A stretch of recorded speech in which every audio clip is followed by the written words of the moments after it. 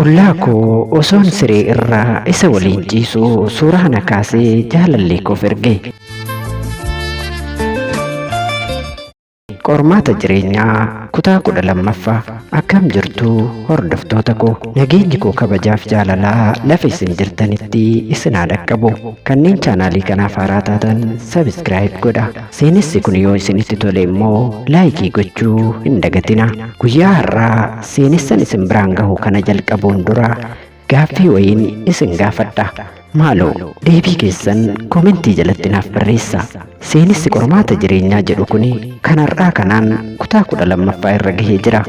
Isin kan amma viidiyoo kana daawwachaa jirtan isuma kana moo kutaalee darban keessaa kan faa dhaggeeffattan? Kutaalee dhaggeeffattan tokkoffaa, lammaffaa, sadaffaa yoo hunda isaa dhaggeeffattan ta'e immoo hundumaa dhaggeeffadheen jira jechuun yookaan kan dhaggeeffattan qofa kutaa kana hordofeen jira jechuun akkanaaf barreessitaniin barbaada. Dhiifama waliin isin rakkisaa ammuma naaf barreessaa.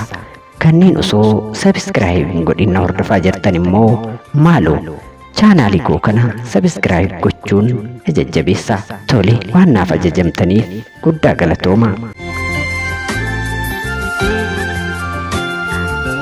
Egaan kan dhaggeeffattanii jirtu. Kanneen seenessa qormaata jireenyaa jedhu kana kutaalee darban dhaggeeffanne garuu chaanaalii kana jala seentanii dhaggeeffachuu ni dandeessu. Seenessa qormaata jireenyaa kutaa 11ffaa darbe keessatti seenaa yaadanii mata duree qormaata jireenyaa jedhuun osoo isheen hin yaadin guyyaa tokko beekan Kanaadaa irraa bilbilaan akka ishee argate sana boodas deddeebisee bilbilaa fi akka turee fi ishees gara Kanaadaa fudhachuuf yaadee adeemsa jiru jalqabsiisee akka ture.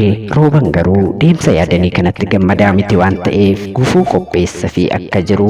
Kanaanis guyyaa tokko guyyaa isheen adeemsa tokko sirreeffachuuf imbaasii deemte wayii galgala isaa kiyyoo barbaadu keessa galchuuf itti yaadee mana babbareechee irbaata fi dhugaatii wayinii qopheesse eeguun sanas waliin qooddatanii yoo isheen miira machiin mo'atamtu waan garaan isaa yaade ishee irratti raawwate akka ture.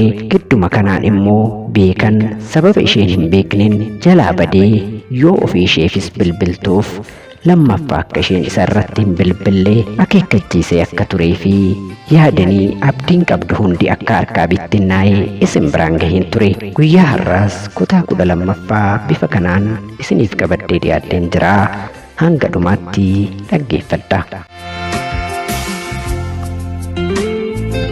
Beekan yaadanii gara Kanaadaa fudhachuu dhiisuu isaan yaadaniin jireenyi ishee kanuma irratti waan dhumetti fakkaate. Keessumaa immoo gaafii beekan maaliif akkasnaan jedhe maalan isatti balleesse jedhuuf deebii dhabuun ishee gara araada dhiistee turteetti ishee deebisee jira. Yaadaniin ni aarsiti, ni qamaati, akkasuma ni dhugdi. Roobanis ishee kan isaa qofa godhachuuf baay'ee dadhabus hin dandeenye. Guyyaa tokko yaadaniin sagaleedhaan beekadhaaf karaa waatsaappii akkas jettee ergiteef, beekii bakka jirtutti nagaan siif haa ta'u. Beekii ani kana sirraa hin eegneen ture. Atumti ofii keetii abdii naaf kennitee garuu deebiftee fudhatte. Ani siif bakka guddaan siif qaba. Ati garuu na gante. Kana kan godhe osoo siin taanee natti tola. Osoo akkuma wal jalaa banne sanatti hafne irra ta'e maal qaban jedhe. Garuu maaltu akkanatti dhagahame sitti himu? Wanti natti dhagahame Kanaadaa dhufuu dhiisuu koo osoo hin taane siin ganamuu kooti jetteen. Yeroo kana jettu imimmaan ishee roobsaa jiraachuu osoo hin argin boo'aa akka turtee nama sagalee ishee qofa dhagaheef ifa ture. Beekan ergaa yaadaniin isaaf ergite deebisuuf hangamoon turre. Battalumatti suurawwan isa bira jiran ergee fi yaadaniin kana amanuu hin dandeenye. Of haaluu barbaadde qullaa ishee siree irratti roobaa waliin yoo wal dhungatanii fi nyaata afaan wal ka'an kan agarsiisu ture suurichi. Kana argitee isheenis akkuma afaan banteetti hafte. Suuraa akka kanaa yoom akka kaate fi eenyu akka ishee kaase gonkumaa waan beektu tokko hin qabdu. Rooban kana hunda yoo ishee irratti raawwatu isheen of hin beektu turte. Garuu miira machii sana keessa fedha foonii waliin raawwachuu isaanii dadhabbii fi dhukkubbii ganama qaama isheetti dhagahamaa ture irraa shakkitee turte. haa ta'u malee kana mara narratti ni raawwata jettee tasuma hin yaadne waan jettuu fi waan qabdee gadi dhiistu wallaalte akka waan rooban dhaabbin ishee awwaaletti itti dhagahame. Kana irraa ka'uun isheenis yeroo inni galu eegdee qaruuran mataa dhooftee ajjeesuuf murteessite. Rooban hanga inni galutti eeguu jalqabde. Osuma isa eegduu sa'aatiiwwan darbanii jiru. Beekadhaaf waan deebistu waan dhabdeef callisuu filatte. Akka keessi ishee gubateen Roobaa ajjeeftee mana hidhaa yoo galtes garaa isheen nyaatu. Garuu guyyaa sana Rooban mana hin galle. Ala bulee hin beeku. Maaf galuu dide jettees isaaf hin dhiphanne. Takkaa hin yaaddofneef inumaa akkas jette. Waan godhe waan beekuuf mana galuu dide jette. Guyyaan tokko lama jechaa achiis torban tokko darbeera. Roobaan manaa erga bahee guyyaa 15ffaa isaatti xaalayaa wayii namatti isheef erge. Yaadaniinis xaalayaa sana bantee dubbisuu eegalte. Yaadi baay'ee waan ansi jaaladhuuf akka ati na dhiistee deemtu hin barbaanne. Kanaafan kana godhe. Garuu ergan raawwadhee booda baay'een ofitti qaanee kanan ani raawwadhee hojii gowwaa akka ta'een hubadhee dhiifama akkanaaf hin goone nan beeka. Yaadi na amani jaalalaaf jedheen jedha xaalayaan inni ergeef.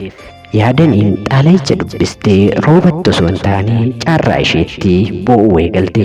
Sana booda bilbila ishee cufattee mana jireenyaa ishee jijjiirratte.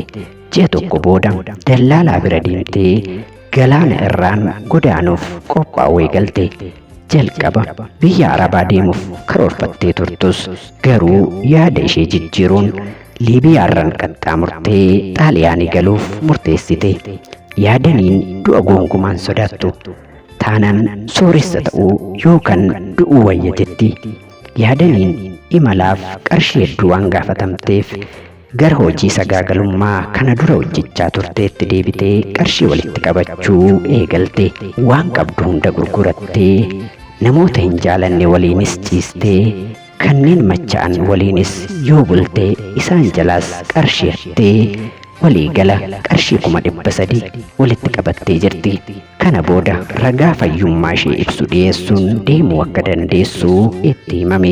Yaadaniinis kana gochuuf gara hospitaalaa deemtee yeroo qoratamtu bu'aan qorannoo ishee gonkumaa kan isheen hin eegne ta'e argatte. Bu'aa ba'iin jireenya fi qormaanni jireenyaa ishee baay'ee itti ulfaachaa dhufee jira. Gufuu tokko yoo dabartee gonkumaa qormaata na mudata jettee hin eegnetti dhufti. Kan amma isheef qophaa'e kun immoo maal ta'in na laata? Maaltu argate? Doktorri gorsa gabaabduu erga laatee fi boodaan akkas jedheen dhiifama yaadanii baay'een gadda. Bu'aa qorannoo siif taasifne irraa akkan argannetti dhiiga kee keessa vaayirasii HIVtu jira jedheen. Yaadaniin kana amanuu fi miti dhagahuufuu humna waan hin qabneef achumatti of wallaalte.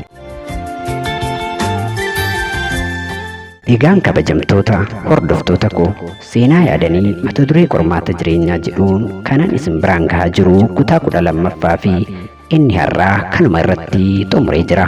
Kutaa 13ffaa fi kan itti aanu kan itti fuftaa. Hangasitti kanneen chaanaalii kanaaf haaraa taatan subscribe godhaa. Viidiyoon ani yeroo yeroon gadi dhiisu akka isin bira ga'uuf immoo mallattoo bilbilaa kanaa oon godhachuu hin dagatina. Guyyaa biraa viidiyoo kan biraa qabadhee hangan isiniif deebi'utti lafa jirtanitti nagaa naaf ta'a. Nagaatti.